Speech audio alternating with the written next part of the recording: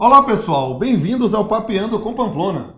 Hoje nós vamos discutir um tema de grande importância social. Talvez o sonho de todo aquele que se aventura a trabalhar é um dia poder se aposentar. E falar sobre aposentadoria é um tema que requer alguém com conhecimento sistematizado, abrangente e profundo.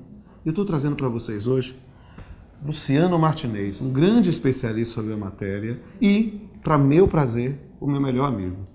Luciano, que bom tê-lo aqui. Obrigado por estar aqui no Papeando. Vamos estudar aposentadoria e tratar desse tema tão importante. Beleza, vamos começar com o VT. O que é aposentadoria do ponto de vista dos aposentados? O aposentado no Brasil hoje, cerca de 31 milhões no Brasil, e 2.241.650 aposentados na Bahia, aposentados, pensionistas e idosos. Na Bahia, esse contingente, que tende a crescer cada vez mais, vive muitas dificuldades. E que dificuldades são essas? Qual é o cotidiano desses aposentados? Nós convivemos com doenças crônicas, falta de atendimento médico, falta de hospitais, falta de postos de saúde que tenham especialistas para esse contingente, que é um contingente numeroso, né?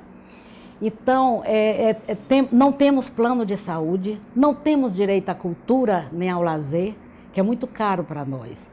83,6% desse número que eu disse, de 2.241.000, recebe apenas um salário mínimo. E nós havemos de convir que com um salário mínimo é muito difícil você fazer face a medicamentos de alto custo. Plano de saúde é um sonho, lazer é um sonho. A gente não tem condições de nada disso. Nós temos alguns projetos de lei, o 4434 de 2008, o 01, são PLs, são projetos de lei de 2007, que acarretariam uma mudança muito positiva em nossos benefícios e em nossas vidas. Por quê? O 4434 atualiza os nossos benefícios pela época em que eles foram concedidos. Ora, é muito injusto que eu, por exemplo, tenha me aposentado ganhando 5 salários mínimos, é um exemplo que eu estou dando, e que hoje eu ganhe apenas 1 ou 1,5. É injusto porque eu paguei para 5 salários, eu paguei para 10 salários, eu paguei para 20 salários, não existe isso. O teto máximo da Previdência hoje é 4.390 e ninguém ganha isso, só se entrar na Justiça. Nossos direitos também não são reconhecidos. Nós não temos prioridade na questão judicial e devíamos ter, porque a idade não espera. Então, eu tenho questões de 83, certamente quem vai receber são meus filhos e muitos outros. O grande entrave é o fator previdenciário, porque, ora, se eu ganho R$1.000 hoje, na vida ativa, como se chama normalmente, e eu vou me aposentar e no próximo mês eu já vou receber 400, fica muito complicado. Por quê? Porque essa história de dizer que tem muito emprego no Brasil, eu não vejo dessa forma, e dentro da minha idade a gente percebe as coisas, a gente se informa. Então eu vejo que a dificuldade de emprego é muito grande no nosso país. Os nossos filhos, os nossos netos dependem muito da nossa ajuda. E esse dinheiro da Previdência não atrasa. Por isso é que eu sempre digo em todas as minhas falas, nós temos que nos preocupar, nós aposentados, pensionistas, idosos e os jovens, com a preservação da continuidade da nossa Previdência Social Pública Universal. Então, para nós, fica muito difícil viver no Brasil. Mas nós não podemos. Aquela história que a TV Globo de vez em quando mostra, os aposentados em Las Vegas, é uma pequena minoria. Não somos nós. Nós ganhamos um salário mínimo, não podemos nem sonhar em ir em Caldas Novas, quanto mais em Las Vegas. Bem, Lu, vamos conversar agora sobre a aposentadoria. Sim. E para conversar, é importante delimitar conceitualmente o que é aposentadoria e quais são as origens do Instituto. Ok, tecnicamente falando, a aposentadoria é um benefício de prestação continuada. Só que isso não é suficiente para que se entenda bem a aposentadoria sob o ponto de vista de ser um benefício de prestação continuada da Previdência Social. Para que se fale de aposentadoria, é necessário que estejam presentes pelo menos 3 elementos. É necessário que o indivíduo seja, quem pede, um segurado. Segurado significa que ele esteja contribuindo para a Previdência Social. Não existe aposentadoria a título gratuito, não é um benefício assistencial. Segundo, nós precisamos saber que a carência precisa estar cumprida. Sim. E o que é carência? Carência é o cumprimento de um número mínimo de contribuições. Certo. No caso da aposentadoria, as aposentadorias espontâneas por idade, por tempo de contribuição, é de 15 anos, ou seja, 180 contribuições. Certo. E da aposentadoria por invalidez é de 12 contribuições. Mas existe situação em que isso pode não ser exigido. Vale dizer, depende do fato gerador. Se o fato gerador for um fato gerador de natureza acidentária, fica isenta a exigibilidade da carência. Certo, mas isso como um conceito. E qual a origem? A aposentadoria não é um instituto originalmente brasileiro, não é? Não, a aposentadoria ela tem uma origem etimológica, né, que remonta a pelo menos 3 ideias. A ideia de repouso ou pouso, uma ideia de afastamento, tá? E uma ideia de júbilo, alegria, contentamento. Daí porque nos nomes que nós temos aí na literatura jurídica, os nomes remetem a isso. No caso da nossa língua portuguesa, a aposentadoria é voltar aos aposentos. E, historicamente, ela surgiu desde os primórdios com medidas que fossem de caráter privado. Certo. Mas, publicamente, com a administração pública Sim. interferindo, ela no Brasil, especialmente, surgiu a partir dos anos de 1888 com os Correios e depois se fixou com a Lei Eloy Chaves em 1923. Certo, mas desde essa no linha, mundo, de um instituto que inicialmente começa privado, depois passa para o público. Eu pergunto justamente quais são as principais formas ou modalidades de aposentadoria. Bom, para falar desse assunto é bom esclarecer que existem 2 tipos de regimes que precisam ser considerados. Os regimes sociais Certo. e os regimes que são considerados como individuais. Os regimes sociais, a gente tem o Regime Geral da Previdência Social, conhecido pela sigla RGPS, Sim. e também o regime próprio de Previdência Social, o RPPS. Do outro lado, os individuais... Sigla, e dá para confundir, né? Na linguagem previdenciária, prática, sim. siglas fazem parte da nossa vida. Então, temos o RPC, que é o Regime Previdenciário Complementar. O interessante é chamar a atenção que nos regimes considerados como sociais, existe uma coisa chamada repartição simples. Sim. Todo mundo contribui para que aquele que está fruindo do benefício o receba. É um princípio da solidariedade, talvez? A solidariedade é o princípio básico dos regimes gerais de previdência Certo. social. Sim, isso acontece. E dentro desses 2 ou 3 sistemas, né, levando em conta o complementar, quais são as principais modificações que o Brasil teve nessa disciplina da aposentadoria nos últimos anos? Poxa vida, nós precisamos considerar aí um pós-Constituição de 1988. Sim, depois da Constituição de 1988, são, digamos assim, marcos a uma legislação infraconstitucional, que é a Lei 9.032 de 1995. Sim. Essa é importante porque ela equalizou o valor dos benefícios previdenciários ocupacionais ou não ocupacionais, mas com certeza, sem dúvida nenhuma, a emenda constitucional número 20 de 1998 foi um ponto muito importante, porque ela produziu modificações sob o ponto de vista do equilíbrio financeiro e atuarial do sistema previdenciário. Inclusive, ela teve um ponto de produção que foi importante no sentido de fazer com que todas as contribuições previdenciárias elas ficassem num compartimento estanque. No passado, era possível desviar contribuições previdenciárias, desviar para poder fazer uma obra, por exemplo, pública. Entendi. Hoje, os valores, de acordo com o artigo 167, inciso 11... A Transamazônica ou a ponte Rio-Niterói... A imprensa anuncia e diz que realmente isso foi construído com recursos, mas é fácil de entender as razões que isso acontecia. Nós tínhamos um desenho geográfico humano diferente do que temos hoje. Sim. Nas décadas de 50, 60, 70, nós tínhamos um desenho que parecia uma pirâmide, uma base larga de muita gente contribuindo. Certo. O Brasil era um país jovem, com um topo com pouquíssimas pessoas. Entendi. Isso significava que tínhamos muita gente contribuindo e pouca gente recebendo o benefício. Porque aquela ideia, Rodolfo, sobre uma possível formação de poupança, algumas pessoas, eu estou fazendo meu pé de meia. Isso não existe. Né? Porque, em verdade, nos regimes gerais da Previdência Social, existe um rateio. Todo mundo paga hoje o benefício previdenciário que se recebe hoje. Rezando, pedindo a Deus que no futuro existam pessoas que estejam pagando para que nós possamos receber os nossos benefícios. Mas dentro dessa linha, quais são as principais diferenças entre a aposentadoria no serviço público e na iniciativa privada? Bom, as diferenças ainda são grandes.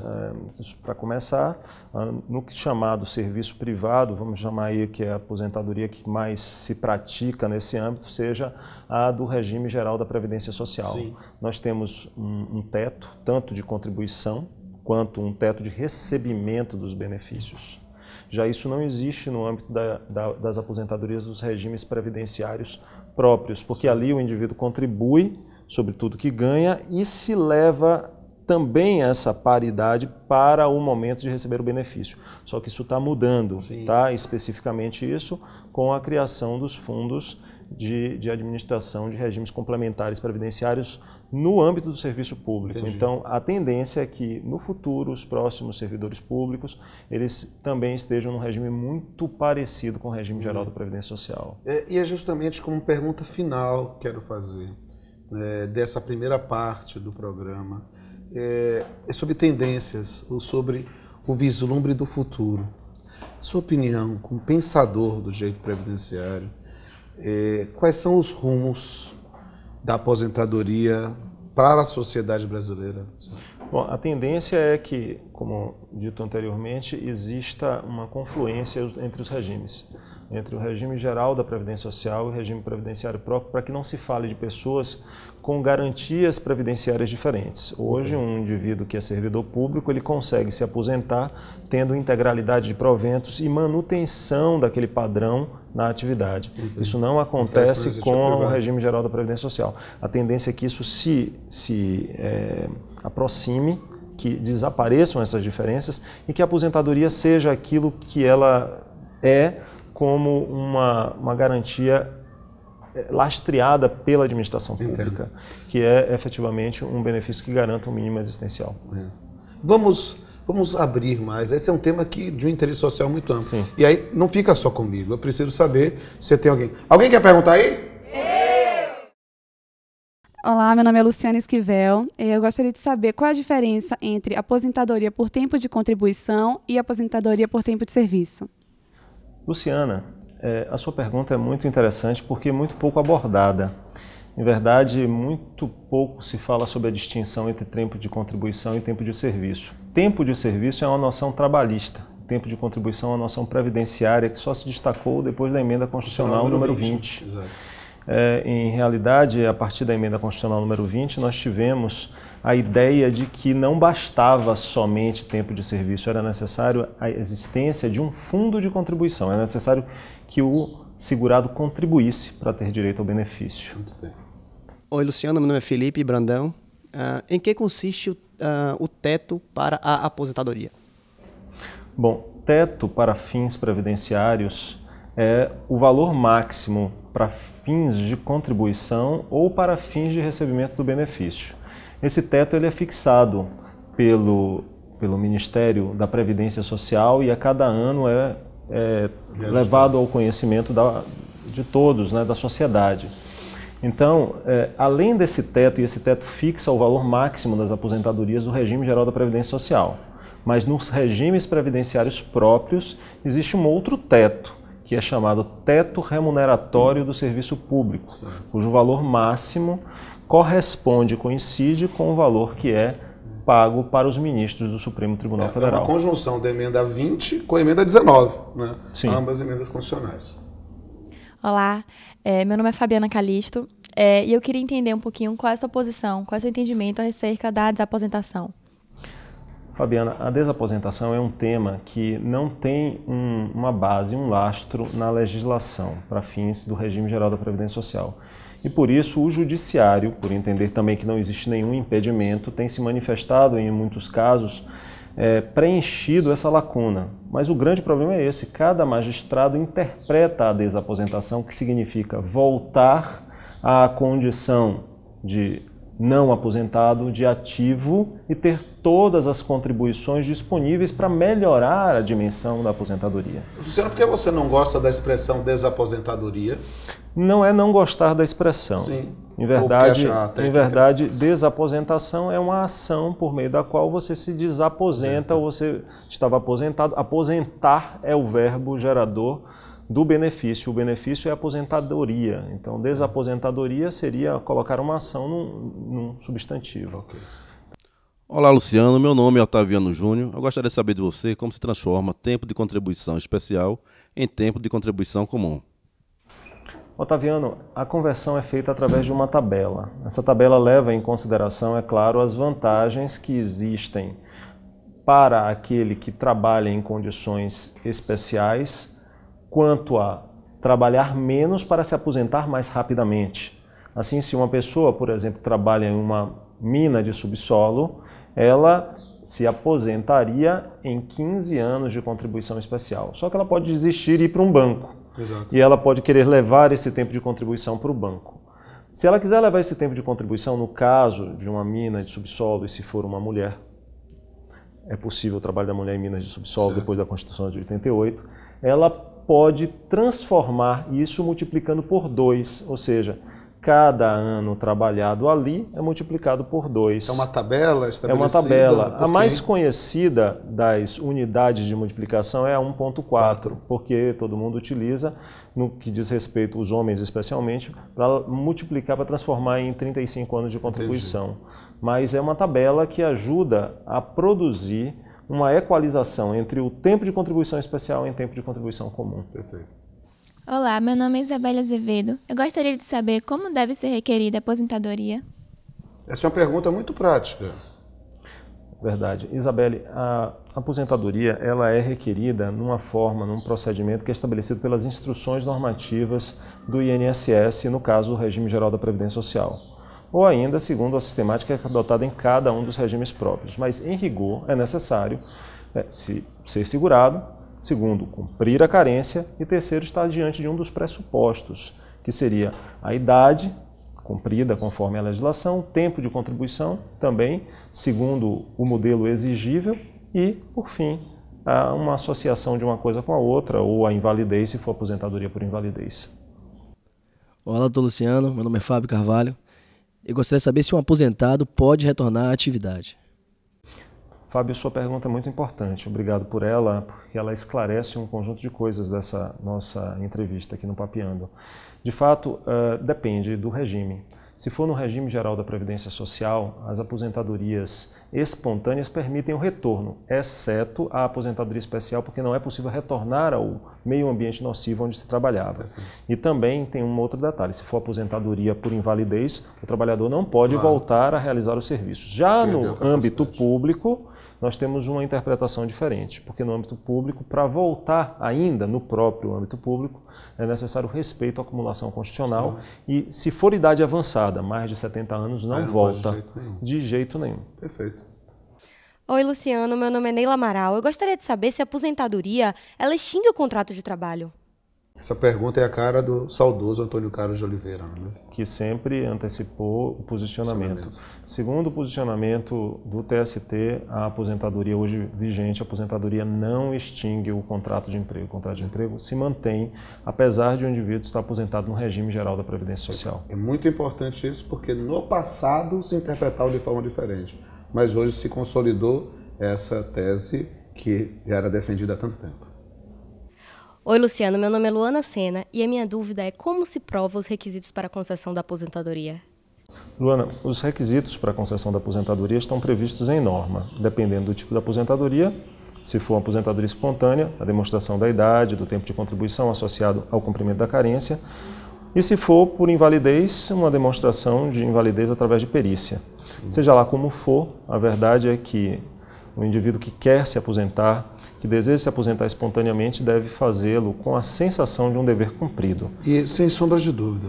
E essa ideia do dever cumprido é a máxima da aposentadoria e desse programa. Esse programa, acho que nós conseguimos hoje, falando com o nosso espectador, as pessoas que estão nos acompanhando em todo o Brasil, todo mundo, né, nesse Papeando com Pamplona especial, com você, que é a maior autoridade para mim no direito previdenciário e, sem sombra de dúvida, é uma grande autoridade pelo meu coração. Você sabe que amigo é o pai ou irmão, que a gente elege pelo coração. E, sem sombra de dúvida, você foi eleito pelo meu irmão. Que Deus te abençoe. Obrigado. Sucesso para o Papeando. Sucesso para vocês. E, meus amigos, é com a sensação de dever cumprido que nós encerramos o programa de hoje. Dever cumprido. Como é boa a sensação de alívio que vem naturalmente quando a tarefa é cumprida, o dever é entregue ou o trabalho é terminado. Ver-se devedor de obrigações pendentes incomoda mais do que uma goteira na cabeça, uma ferida que não fecha, uma pressão que não cessa. Enfrentar o desafio é encontrar coragem em si mesmo, como a buscar um tesouro escondido, uma luz a ser acesa ou um foco a ser direcionado. Para alcançar o resultado, não se deve depender da inspiração, mas sim só da transpiração. Como o peixe vive na água, o ser vivo precisa de ar e o mundo carece de amar. Até a próxima.